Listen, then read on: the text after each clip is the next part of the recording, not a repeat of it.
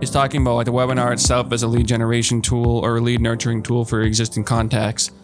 What it also does is gives you a really nice piece of packaged premium content for the future, right? Yeah. So Let's like, talk about that. Was my I have two more questions, and that's one of them. And it's how do you package this afterwards? Like, couldn't just let me have this, Larry? no, it's all. I've done that twice. I'm sorry, guys. I just want you guys to know that We are so fired up about webinars. We love webinars. Yeah. Sorry, Tim. So what I would do is put that on a gated landing page, right? And this is separate from the one that you're using like pre-webinar registration. Like this is a new one. You've got the recording now behind a landing page on a form that you can use like for lead nurturing. You can use that for social campaigns. You can use that again to generate new leads and everything, because it's like a very targeted, hopefully well done, well executed piece of content that, again, you don't need to spend any time creating, like to spend 10 minutes just cutting and editing it. Getting rid of hums.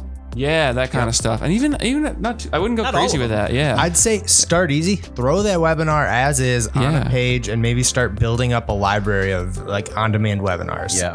Oh, yeah. If you want to go crazy though, find some really juicy nuggets and then split those up into a couple of their own episodes. Those always do well. And then you can like send them out to people that on your existing lead list that did not register, and be like, hey, you missed a really awesome webinar last week. Like, check this out. And you can just use that. Like, again, build that into your lead nurturing. You got an awesome tool you can use to get people excited about your product and your brand.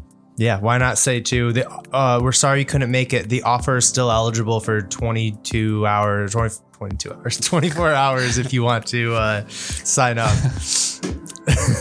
This podcast started so well, and yet again, Larry, you're doing That's okay. good. I think we're doing good. We're doing great. Tim, as you were talking, I had another point I wanted to make, and I can't think of it now. What were you saying? Lead generation, packaging the webinar after.